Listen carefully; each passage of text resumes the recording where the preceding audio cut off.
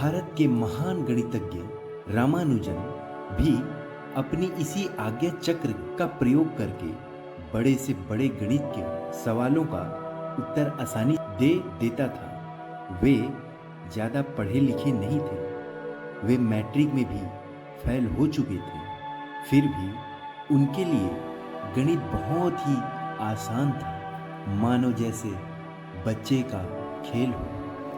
दुनिया में बड़े बड़े गणितज्ञ थे, पर उस समय अन्य सभी गणितज्ञ को गणित विषय का प्रशिक्षण मिला था।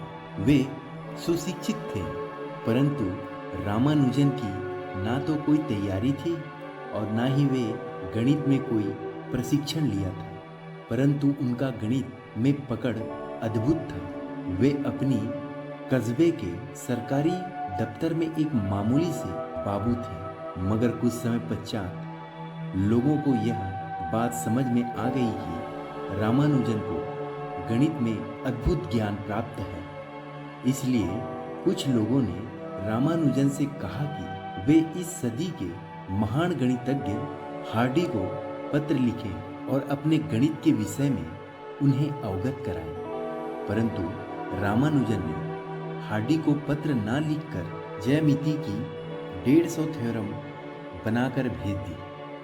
हार्डी ने जब रामानुजन के 150 ज्यामिति थ्योरम को देखा तो वह अचंभित हो गया। वह सोचने लगा कि इस तरह के ज्यामिति के सिद्धांतों का अनुमान भी नहीं लगाया जा सकता। वह रामानुजन से बहुत ही प्रभावित हो गए और हार्डी ने रामानुजन को तत्काल यूरोप बुला लिया। और जब हार्डी उनसे मिले तो हार्डी अपने आप को रामानुजन के सामने बच्चा समझने लगे। रामानुजन की क्षमता ऐसी थी कि जिसका मस्तिष्क से कोई संबंध नहीं था। अगर किसी व्यक्ति को गणित का सवाल हल करने को कहा जाए तो समय लगेगा, क्योंकि बुद्धि बिना समय लगाए कोई कार्य नहीं कर सकता। लेकिन रामानुजन को समय ही नहीं लगता था।